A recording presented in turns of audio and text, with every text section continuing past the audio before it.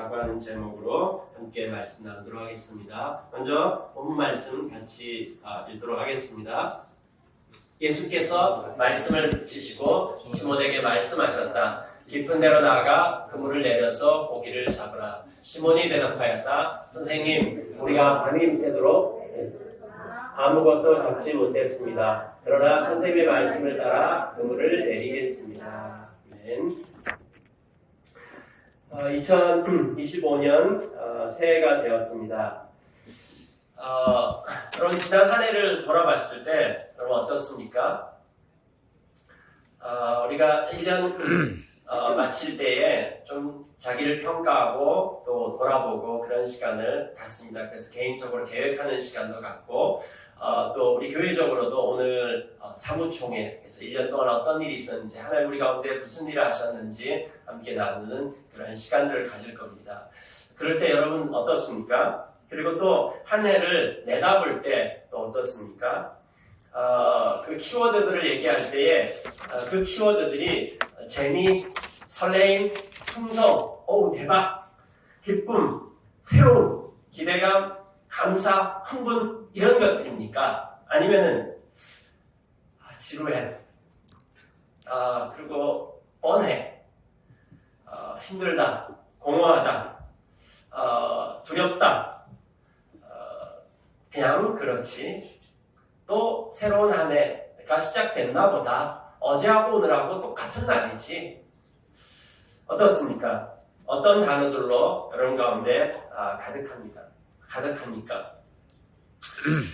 이 나이가 이렇게 들어갈수록 우리는 이런 거에 대해서 되게 무뎌지기 시작합니다. 왜 우리는 나이가 들어갈수록 또 시간이 갈수록 또 익숙해질수록 신선합니다. 새롭지 않을까요? 결혼생활 30년, 40년 하면 어떨까요? 막 새롭습니까? 네, 막 새롭답니다. 네. 이럴 수 있습니다. 막 새로울 수 있습니다. 한 해 한 해가 가면서 또 새롭다. 막 기대가 되고 설레입니까? 여러분 한 해를 시작할 때 모두 어떤 기대와 꿈, 설렘 이런 것으로 시작하는 사람도 있고 또 똑같은 한 해겠지 라고 생각하는 사람도 있을 것입니다. 오늘 본문에 봐보면은 그와 비슷한 한 사람이 나옵니다. 그 사람은 우리가 잘 아는 갈릴리의 한 어부입니다. 그는 밤새도록 애를 썼지만은 아무것도 잡지 못했다라고 얘기했습니다. 시작할 때 대박의 꿈, 시작할 때 큰 기대를 갖고 시작을 했는데, 근데 끝나고 난 다음에는 아무것도 잡지 못했습니다. 고기 잡으러 나갈 때 나는 내일 아침에 이렇게 허무하게 그물을 싣고 있을 거야, 이렇게 생각하면서 고기 잡으러 나가는 사람이 있을까요? 없을 것입니다. 한 해를 시작하면서 나는 올 한 해 쪽박 될 거야, 이렇게 생각하면서 한 해를 시작하는 사람이 있습니까? 아무도 없습니다. 그렇죠? 네. 근데 이 베드로는 밤새도록 애를 썼지만 아무것도 잡지 못했습니다. 어쩌면 우리가 한 해 동안 열심히 수고했지만 아무것도 얻지 못할 수도 있습니다. 우리 인생 가운데 열심히 살았는데 아무것도 얻지 못했다라고 하면 얼마나 허탈할까요? 열심히 사역했는데 평가하면서 이게 도대체 뭐지? 아무것도 얻지 못했네.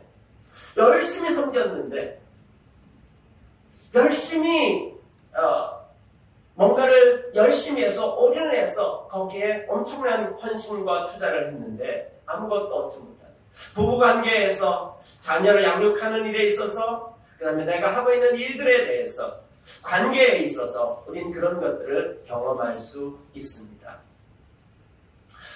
아무도 이렇게 될 것을 상상하면서 시작하는 사람은 없습니다.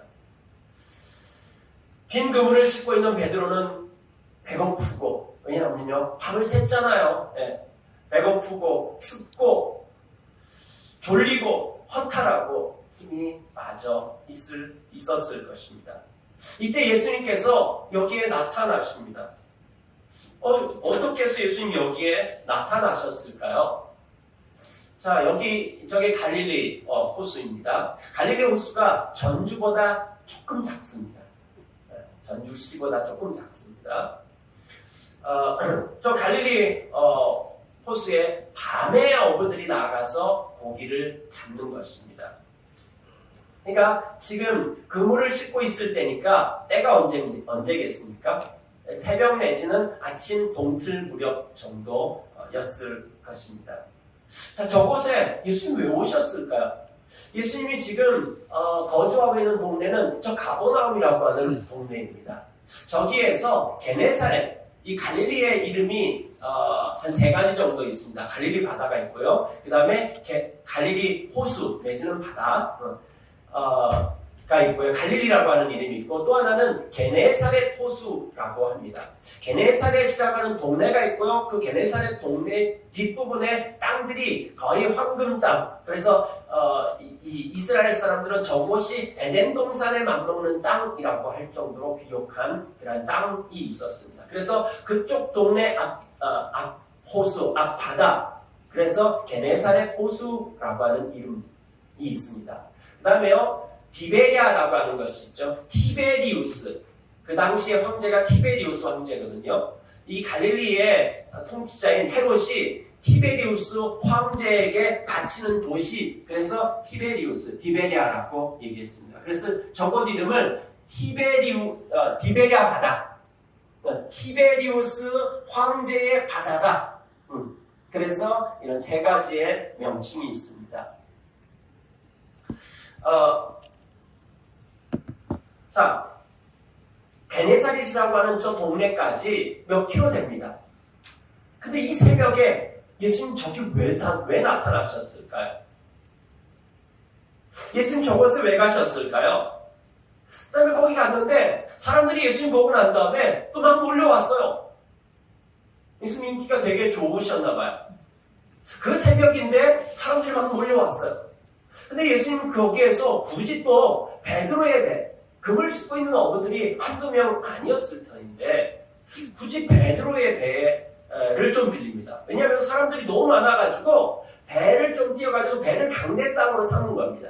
그래서 배 위에서 육지에 있는 사람들한테 이제 가르치는 것을 한 것입니다. 근데 베드로가 배를 빌려줬어요. 피곤해 죽고 지금 죽겠는데 빨리 가서 밥 먹고 좀 쉬고 싶을 텐데 또 배를 빌려달라고 하니까 그렇게 배를 빌려줬습니다. 아마 설교 들으면서 옆에서 졸았을 수도 있고요. 그랬을 것입니다. 근데 설교가 마치고 난 다음에 그러면 이제 빨리 돌아가고 싶을 거 아니에요. 근데 예수님 굳이 또 뭐라고 얘기합니까? 갑자기 베드로한테 깊은 데로 가서 그물을 던지라고 하십니다. 저 갈릴리 바다의 제일 깊은 데는 약 40에서 50m 정도의 깊이라고 얘기합니다. 지금 저 옆에 보시는 것이 2000년 전, 그러니까 호수 바닥에 물이 다물어가지고 바닥에서 저 배를 찾아낸 거예요. 그리고 이 연대 측정을 해보니까 2000년 됐다라고 한 것입니다. 그래서 이 고고학자들이 저 배 이름을 예수님의 배라고 하는 이름을 붙였습니다. 아마도 2000년 전에 가라앉았던 배다. 그리고 그걸 보고 나면 밑에 있는 그림의 배가 될 것이다. 네, 라고 이야기합니다. 예수님 베드로에게 깊은 데로 가서 그물을 내리라고 그렇게 이야기합니다. 여기서 왜 예수님은 깊은 데로 가라고 얘기했을까요? 왜 이 시간에 찾아와가지고 깊은 데로 가라고 얘기했을까요?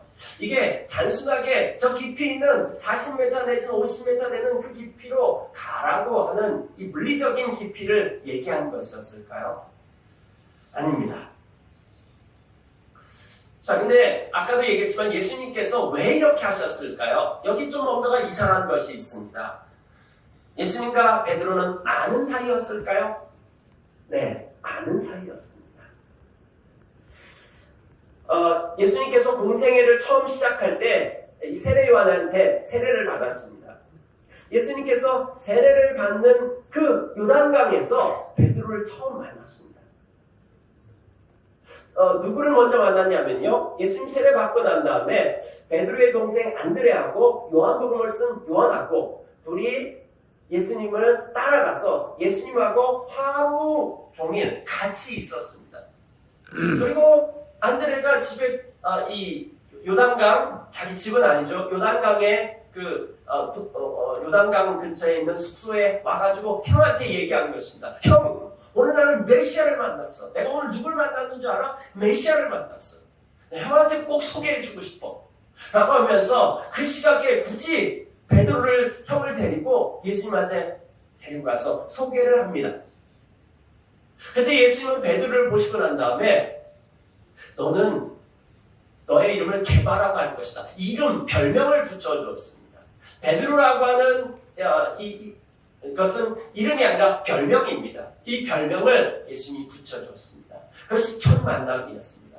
근데 예수님은 그날 그 요단강가에서 이 세 사람만 만난 것이 아니라 이 세 사람하고 같은 데서 온 저 가버나움 근처 마을들에서 같이 온 어부들 두 사람을 더 만났습니다.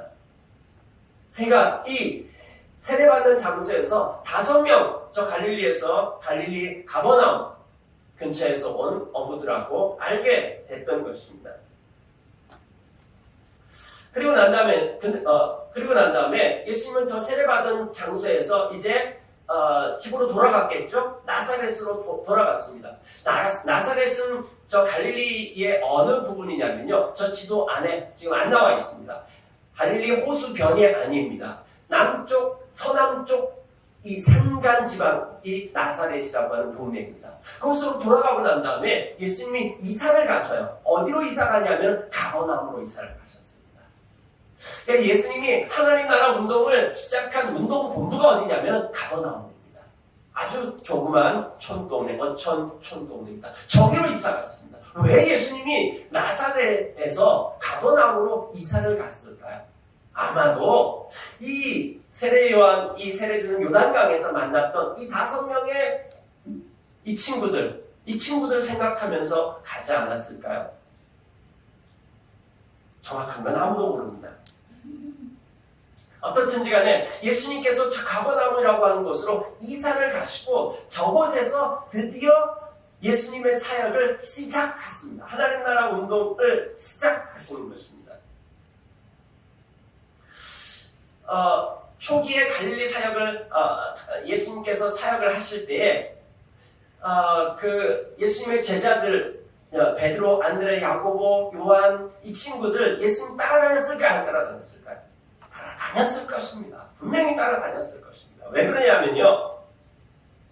그 당시의 상황이 어떤 곳이냐면은 로마 제국의 통치 아래에 있죠. 그 다음에 저 갈릴리 지역은 헤롯 안티파스라고 하는 왕이 통치하고 다스리고 있었습니다.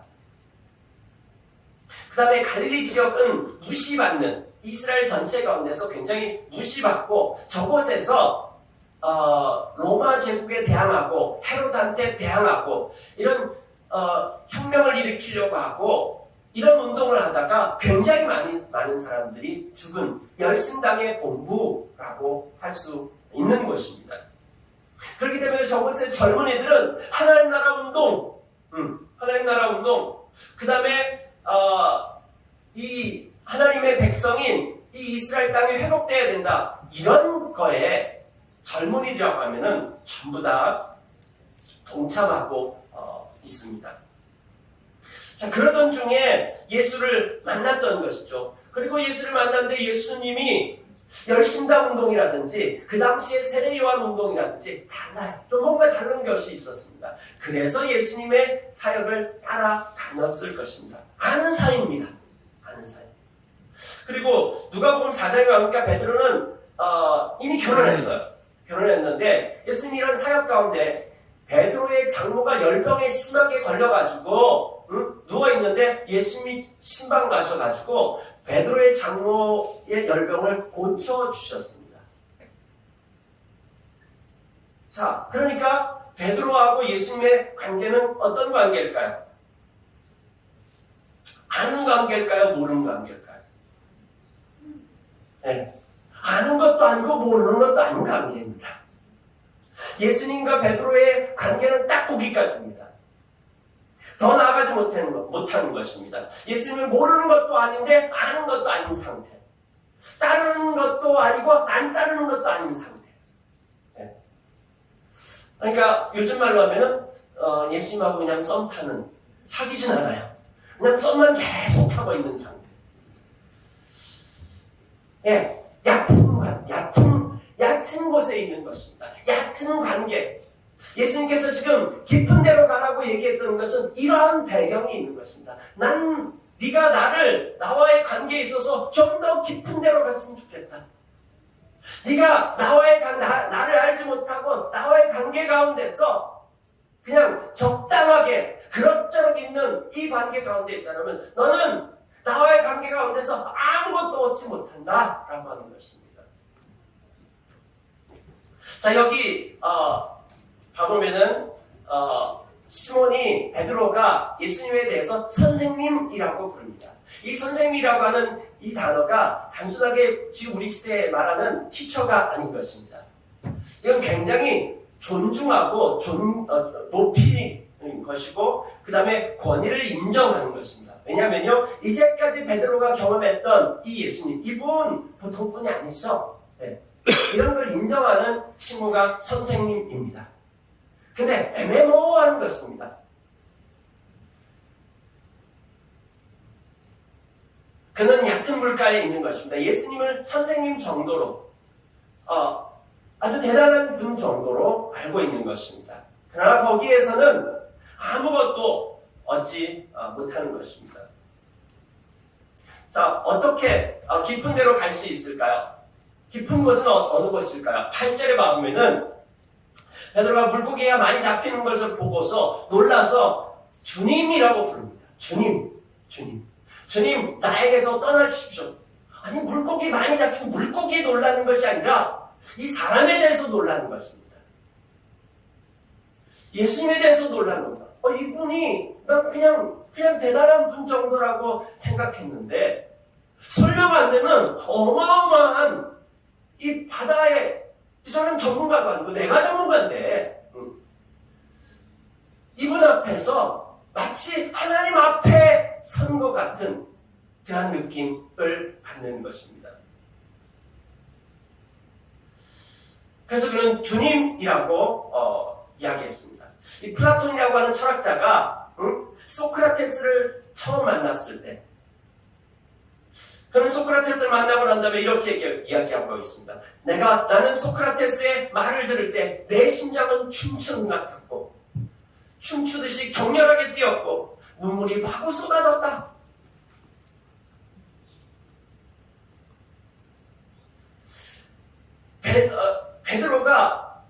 베드로가 예수님을 만나고 난 다음에 선생님 정도로 생각했는데 그냥 단순하게 선생님 정도가 아니라 주님이라고. 그리고 앞에서 나는 죄인입니다. 이 어마어마한 만남이 그에게 있었던 것입니다. 여러분들은 여러분들의 삶에 예수님이 주님이십니까? 여러분 주님을 만났습니까? 위대한 스승을 만나도 그래서 그 스승의 말 한마디 한마디에 심장이 뛰고 눈물이 마구 쏟아지는 이런 것을 경험해 본 적이 있습니까?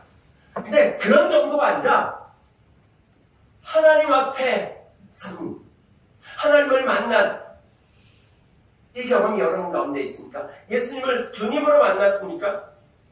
여러분 예수님의 주되심을 인정하지 않는 사람 열심히 교회 나오고 성경을 많이 읽지만은 아무것도 얻지 못합니다. 여러분들이 그런 식으로 10년 믿어도 20년 믿어도 여러분 여전히 얕은 분입니다. 아니 2025년 갈 필요도 없습니다. 오늘 예언할 수 있습니다. 여러분 2025년 한 해 다 보내더라도 여러분들은 아무것도 얻지 못할 것입니다. 얕은 물가에 계속해서 있을 것입니다.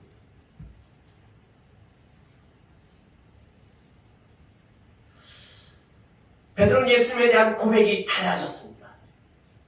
그분을 주님으로 만나고 난 다음에 상상할 수 없는 깊이 있는 곳에 들어가게 됐고 거기에서 수없이 많은 일들이 일어나기 시작합니다. 이전에 안 보였던 거, 이전에 알지 못했던 세계가 열려지기 시작하는 것입니다.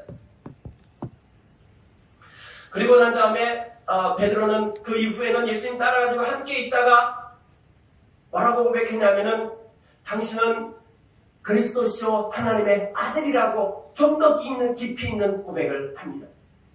그러고 난 다음에 사도행전 2장에 가면은 더 깊이 있는 얘기를 합니다. 십자가에 못 박히신 그분이 구약 성경에서 하나님이 약속하신 바로 그 메시아다. 너희들이 그를 죽였다.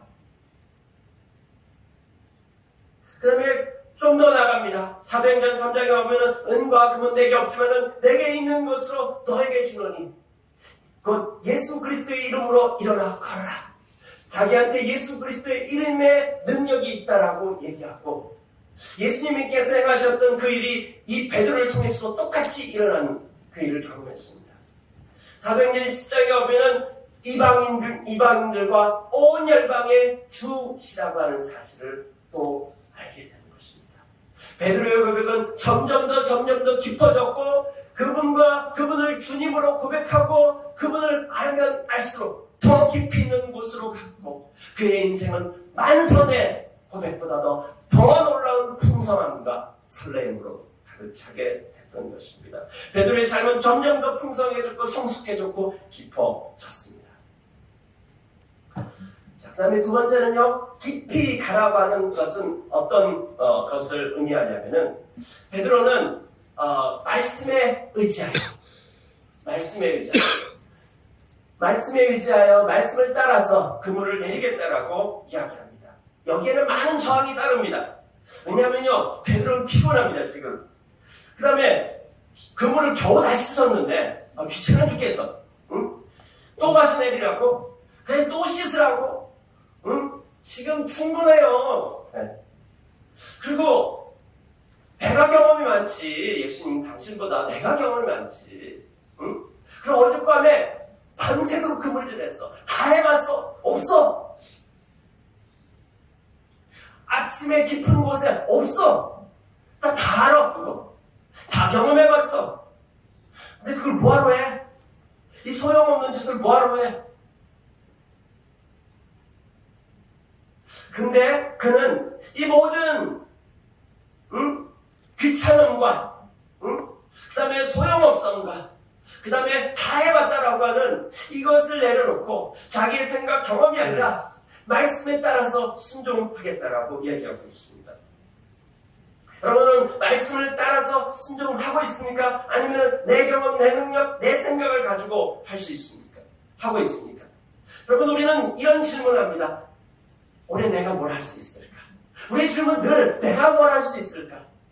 내가 할 수 있는 것은 무엇인가? 라고 이야기합니다. 그럼 내가 할 수 있는 걸 따지면은 그렇게 할 수 있는 게 많지 않아요, 사실은요. 심지어 옆에 있는 애 머리까지 다 빌려도 안 돼요. 채찍 머리까지 다 빌려가지고 해도 거기서 거기에요. 그런데 질문을 바꿔가지고 하나님이 무엇을 하실 수 있는가를 묻기 시작하면요, 세계가 달라지기 시작해요. 하나님 뭘 하실 수 있을까? 하나님이 하실 수 있는 일은 많습니다. 10절에 보면 하나님은 수가 많으시다라고 이야기하고 있습니다. 우리는 몇 수만 앞을 보더라도 와, 대단하다. 통찰력이 대단하다라고 얘기합니다. 하나님 몇 수 정도가 아니라 하나님은 수가 많으신 것입니다. 말씀을 따라 살지 않으면은 우리는 얕은 물가에서 살기 시작하는 것입니다. 기도를 하지 않아도, 하나님의 음성에 귀 기울이지 않아도, 하나님 없어도 되는 일들만 하니까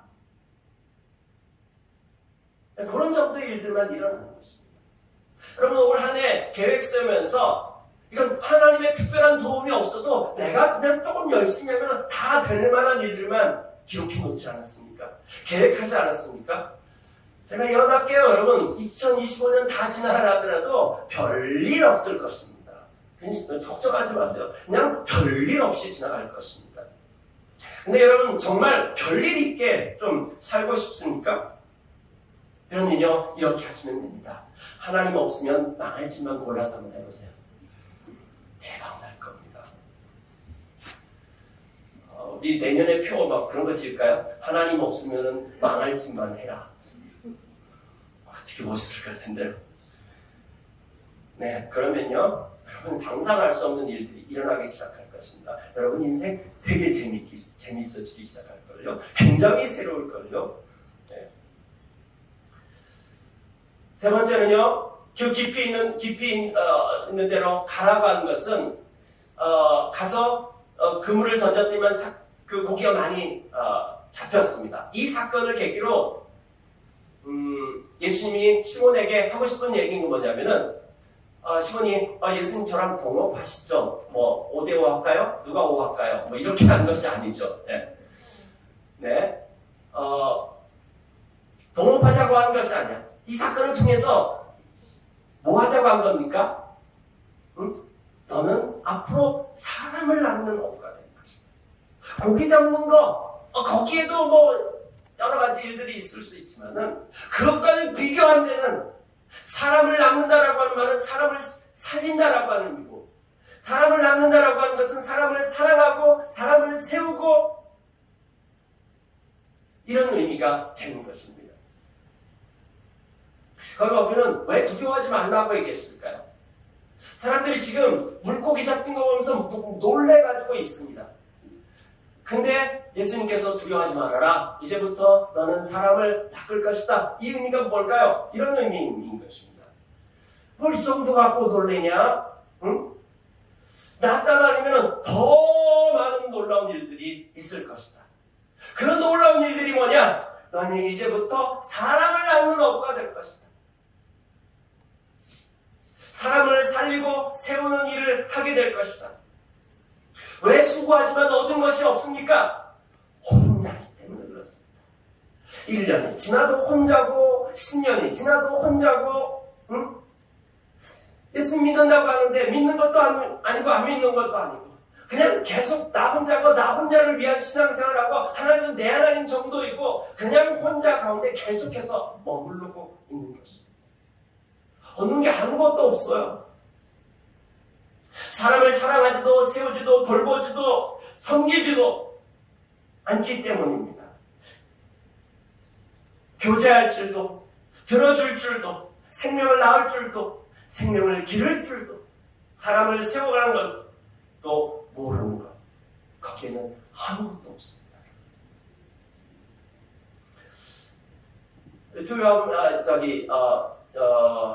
그 구글에 가보니까 어떤 사람이 이 직장생활하는 40개 계명 뭐 이런 거를 재미있게 써냈더라고요. 그 가운데 이런 말이 있습니다. 이 시대는 헌신하면 헌신짝이 된다. 이건 중국어 통역하기 좀 힘들 텐데 헌신하면 헌신짝이 된다.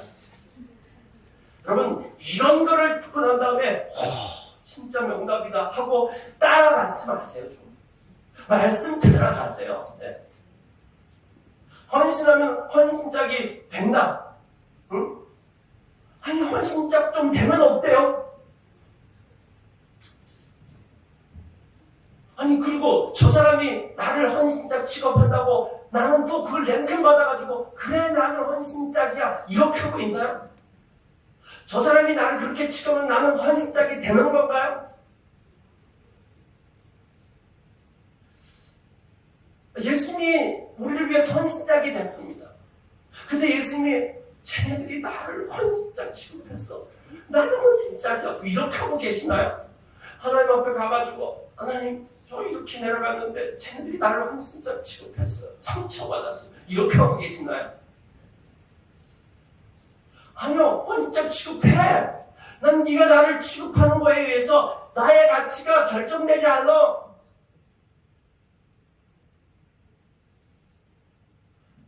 하나님의 사랑으로 가득 차 있으면 그 어떤 거 하더라도 나 헌신자가 안 되는 거예요. 필요하면 헌신자 좀 대줘보세요. 헌신자 되기 시작하면요. 여러분들이 깊어집니다. 거기 많은 것들이 있습니다.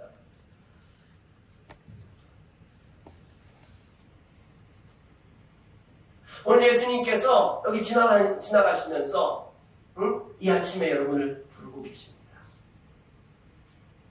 여러분 2025년 만선 거기에 가득 잡힌 그런 배처럼 만선의 삶을 살기 원하십니까? 여러분의 인생이 만선의 인생이 되기를 원하십니까? 2025년이 그런 한 해가 되기를 원하십니까? 예수님께서 오늘 여러분 가운데 말씀하십니다. 깊은 데로 가라고. 여러분 언제까지 얕은 곳에 있을 것입니까? 얕은 곳에 있으면서 도대체 하나님 뭐하고 계시냐 이렇게 하고 있지 않습니까? 언제까지 믿는 것도 아니고 안 믿는 것도 아닌 삶을 살 것입니까? 언제까지 말씀이 아니라 유행 따라서 자기 생각 따라서 능력 따라서 살 것입니까? 언제까지 혼자 신앙생활 하시겠습니까? 언제까지 공동체에서 구경꾼으로 있을 것입니까?